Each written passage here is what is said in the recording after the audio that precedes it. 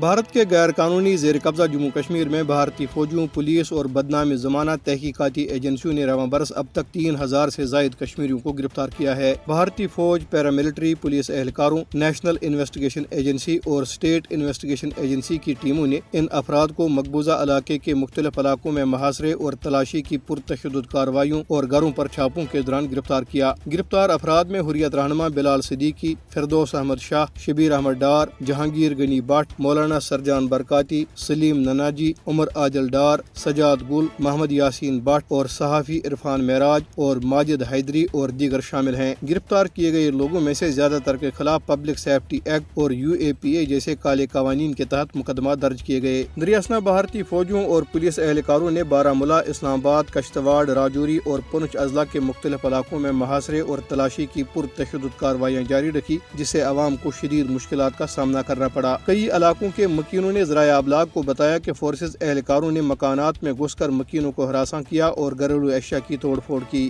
ادھر اسلامی تعاون تنظیم کے رابطہ گروپ برائے کشمیر نے نیو یارک میں ایک اجلاس کے بعد جاری ہونے والے ایک مشترکہ اعلامیہ میں حق خود ارادیت کے حصول کے لیے کشمیریوں کی منصفانہ جدوجہد کی حمایت کا اعادہ کرتے ہوئے زور دیا ہے کہ جنوبی ایشیا میں پائیدار امن کے لیے تنازع کشمیر کا اقوام متحدہ کی قراردادوں کے مطابق حل ناگزیر ہے۔ اجلاس نیو یارک میں اقوام متحدہ کی جنرل اسمبلی کے 78ویں اجلاس کے موقع پہ OIC کے سیکرٹری جنرل حسنین براہم طلحہ کی زیر صدارت منعقد ہوا اور اس میں پاکستان، ترکی، سعودی عرب، آذربائیجان اور نائجر کے وزرائے خارجہ، اعلیٰ حکام اور کشمیری نمائندوں نے شرکت کی۔ اعلامیہ میں بھارت سے مطالبہ کیا گیا کہ وہ 5 اگست 2019 کو یا اس کے بعد کیے گئے تمام غیر قانونی اور یک طرفہ اقدامات کو واپس لے، مقبوضہ جموں کشمیر میں انسانی حقوق کی خلاف ورزیوں، آبادیاتی تبدیلی کا سلسلہ بند کرے اور تمام کشمیری سیاسی قیدیوں کو رہا کرے۔ جنیوا میں اقوام متحدہ کی انسانی حقوق کونسل کے ہیڈ کوارٹر کے باہر ایک احتجاجی کیمپ لگایا گیا تاکہ عالمی برادری کی توجہ بھارت کے غیر قانونی زیر قبضہ جموں کشمیر میں بھارتی ریاستی دہشت گردی کی طرف مبذول کرائی جا سکے۔ کیمپ کا اہتمام UNHRC کے جاری اجلاس میں شریک کشمیری وفد نے کیا تھا۔ پوسٹرز اور بینرز پر بھارت کشمیر میں ریاستی دہشت گردی بند کرے، بھارتی فوج کشمیر میں نسل کشی بند کرے، بھارت کشمیر میں ظالمانہ قوانین کو منسوخ کرے، کشمیری آزادی چاہتے ہیں، مقبوضہ جموں کشمیر میں خواتین محفوظ نہیں ہیں جیسے نعرے درج تھے۔ اقلیتی امور کے بارے میں اقوام متحدہ کے خصوصی نمائندے فرنینڈ ڈی ویرنس نے کہا ہے کہ بھارت میں بنیادی حقوق، بالخصوص مذہبی اور دیگر اقلیتوں کے حقوق کی مسلسل اور تشویشناک حد تک خلاف ورزی جاری ہے۔ اقوام متحدہ کے خصوصی نمائندے نے امریکن کمیشن برائے بین الاقوامی مذہبی آزادی کے زیر اہتمام ایک سماعت کے دوران کہا کہ بھارت میں بنیادی حقوق، خصوصاً مذہبی حقوق کی خلاف ورزیوں کا 3 الفاظ بڑے پیمانے پر منظم اور خطرناک میں خلاصہ کیا جا سکتا ہے۔ انہوں نے کہا کہ بھارت بنیادی طور پر مذہبی اور دیگر اقلیتوں کے حقوق کی